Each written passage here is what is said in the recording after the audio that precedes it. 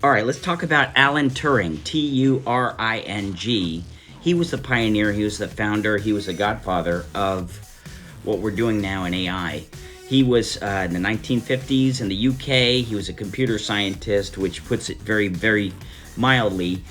He was into code breaking. He was into ciphers. He was into enigmatic cracking. He worked in World War II on German ciphers. So they had the code encoded fleet instructions, bombing instructions, battle plans that were sent between the Axis amongst themselves in an encoded fashion. And Alan Turing was just hot at uncracking or cracking these plans and making them cognizable to the Allies so that the Allies could then take an advantage in the war. He was a pioneer in what he called machine intelligence, and it makes us think of machine learning today, but our computer intelligence or machine intelligence. And he was, his writings are pretty broad, pretty vague, and also very diverse. And what I mean is he was very deep into computational meaning, but he also had his PhD thesis was on certain things that could not be computed. He came up with certain yes-no variables that could not be computed, and some other element was missing. So really interesting guy. He was controversial, whatever you want to call it, in his day. He was gay.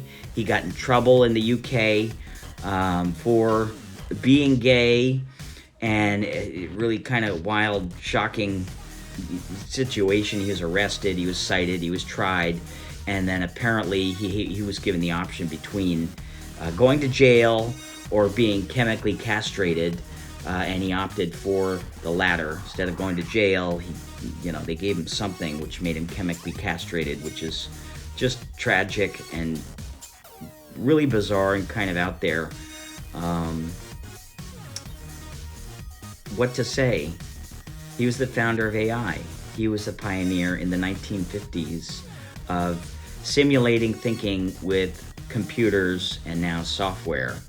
He was the guy who cracked open the AI code, the enigma that's AI. He's the one in history who brought it open and to public notice, beginning in academia and then into the world, and then, as I say, with real-world applications during World War II in terms of cracking the ciphers and gaining an advantage.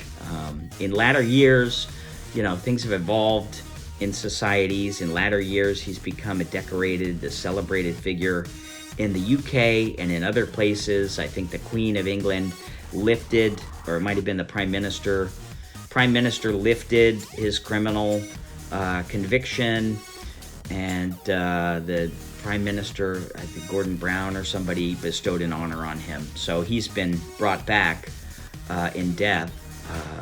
But that's Alan Turing.